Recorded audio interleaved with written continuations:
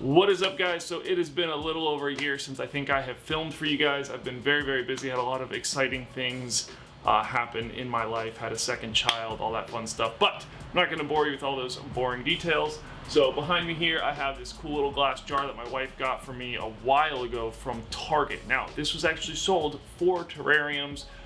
That's what we're going to build in it. I have this awesome idea I came up with over the past couple of weeks for it, so hopefully you guys enjoy it. It's pretty basic, but it'll look sick. So starting with step one, removing the lid, which is just a wooden ball. Now I was afraid it was going to kind of get in the way, so I just pulled it out of there. Now for my drainage layer, I'm using this horticultural charcoal. It's basically all natural charcoal that you can get in most garden sections around orchids. I got this particular bag off Amazon.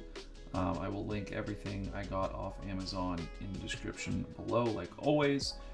So just dumping what I had left in this bag in here before going ahead and spreading it out evenly.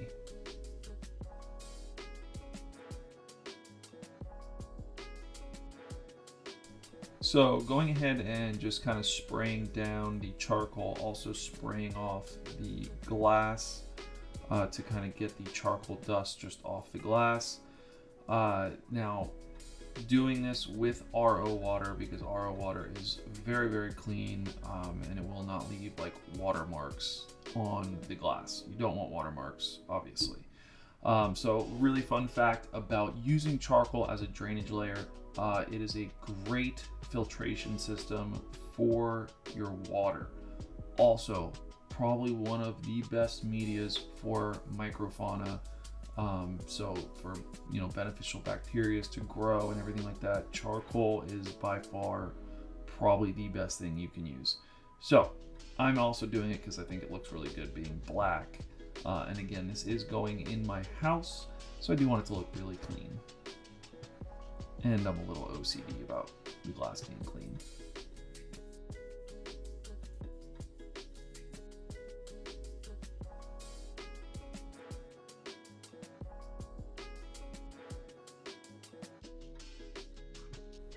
So moving on, step number two, got to cut the fabric for the drainage layer. I am doing this on a cutting board so that it doesn't ruin my nice new desk for building vivariums. So you could make this a little bit bigger, but I'm doing it just the diameter of the cylinder itself, because again, OCD when it comes to cleanliness, I should say cleanliness, not really a word, Will. So just going ahead and cutting this out as perfectly as I possibly can before going ahead and getting it in.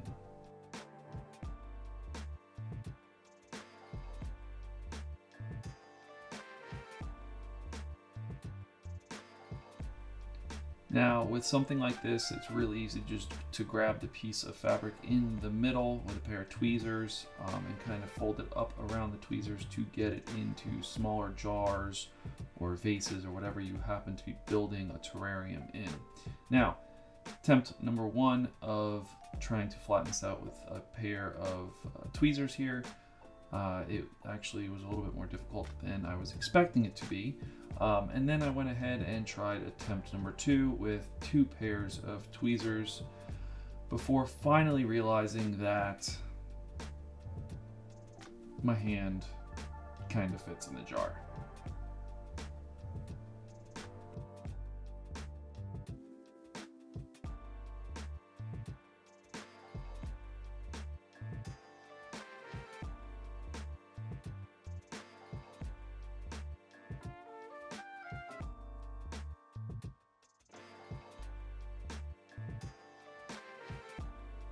Okay, gonna speed things up here a little bit.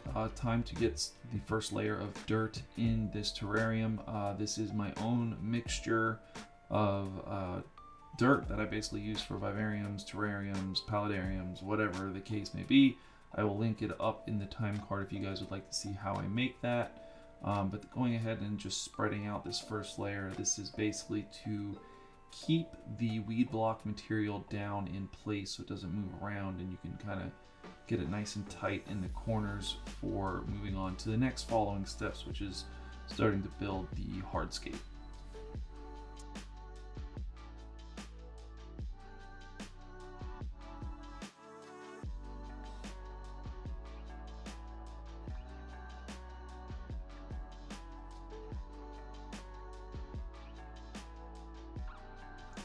Now I'm going to use this mountain stone because I had it kind of sitting around, and then I realized, well, these pieces are a little too big, but I have an idea. Nothing an old-fashioned hammer and chisel can't fix. So yeah, I really do like the way some of these pieces look, so I don't want to damage them too much. This particular one I don't really care too much about, so I'm just going to try and break it up and get it into smaller pieces. It was actually a lot harder than I thought. After about 30 minutes of chiseling and not really getting anywhere, this particular piece I wanted to keep kind of long, but still a decent size, so I was just trying to shave off the edges a little bit in order to keep it relatively close to the same size.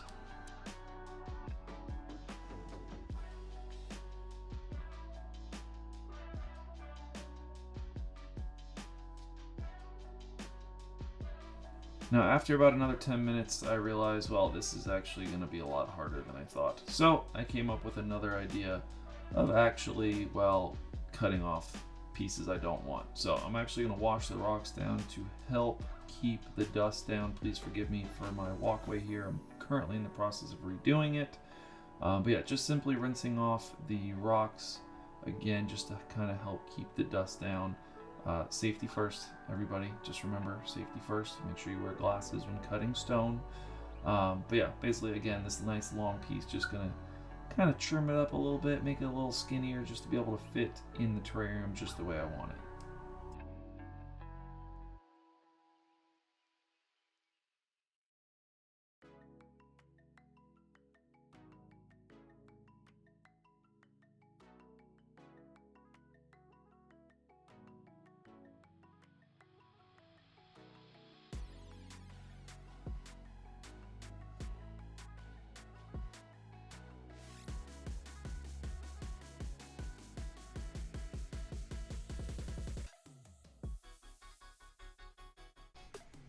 So just a few more love taps with the trusty old hammer and chisel, just to get the rocks exactly down to the right shape. Unfortunately, my grinder blade isn't too big, so I can't cut all the way straight through the rocks, but you get a good line started, then you can easily chisel away the rest.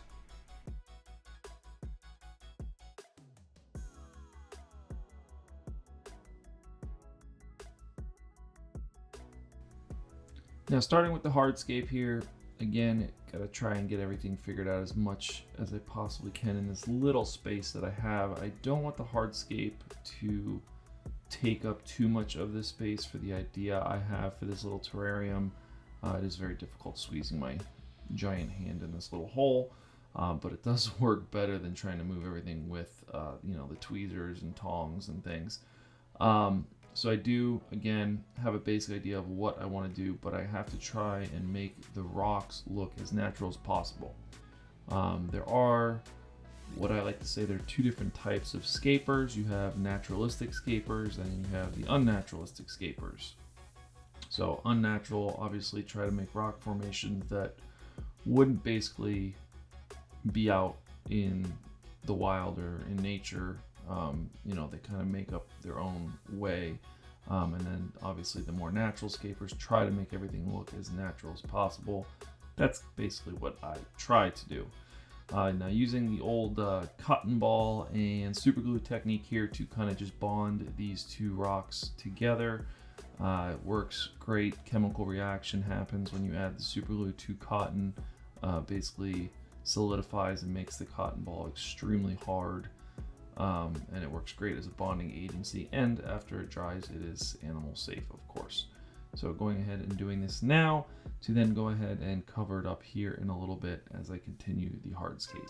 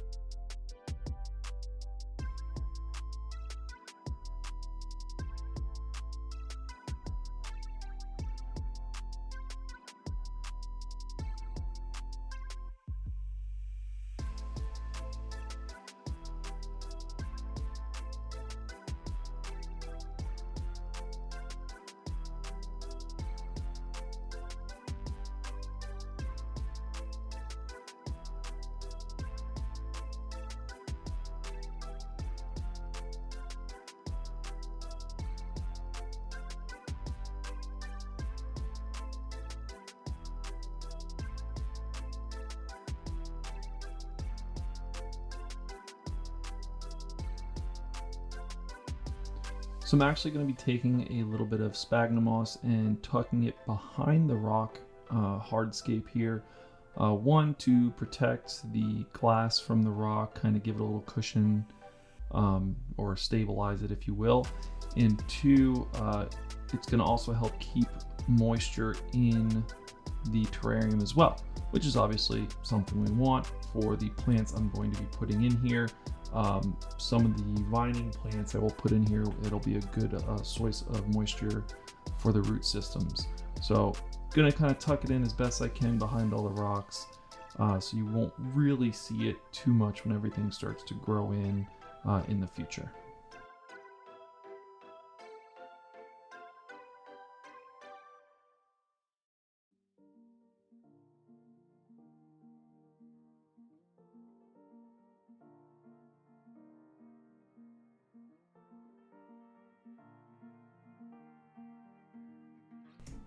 Adding a little bit more substrate into the terrarium, just to give it a little bit more volume, so the plants that will be in here will have a little bit better of a root system. I am trying to slope it up as if it was kind of like a hilltop, give or take. Yeah, I don't know. I think it'll look nice, but you'll understand why here in a little bit.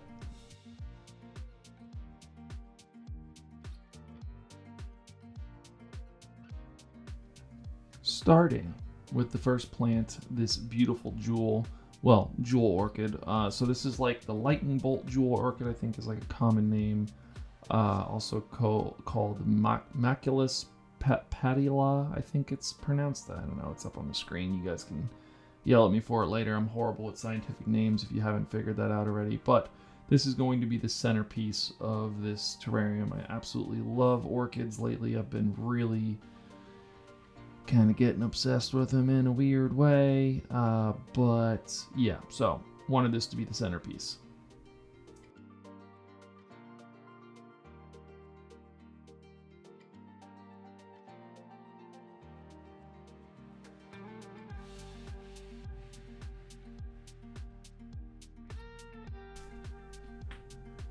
Okay, so when you get these plants, usually the roots are kind of wrapped up in, I don't exactly know what it is, but it's like a mesh material, and due to the height of my substrate, normally I would keep this on because the roots can grow through it and around it and whatnot, but due to the height of my substrate, I do want to take this off, just to also help the roots grow straight across instead of down through the weed block material into the charcoal. So just doing this now. I'm going to get this bad boy planted in here, and then for a little bit I'm just going to let you guys enjoy the video, and I'm going to stop talking, and when I go ahead and put plants in, I will throw the names up on the screen.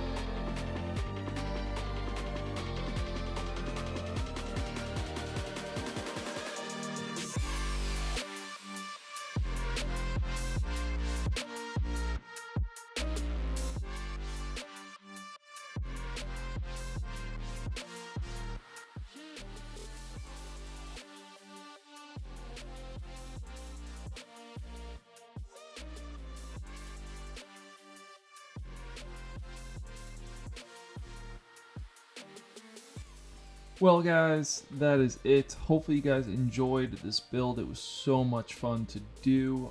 Actually, by the time I got done editing this video, my wife bought me another one that is actually smaller than this one. It's about half the size. So if you guys did enjoy this video and you would like me to film building that one as well, please comment down below. Remember, share my channel, help me grow it, and subscribe if you are not already. Have a great rest of your week.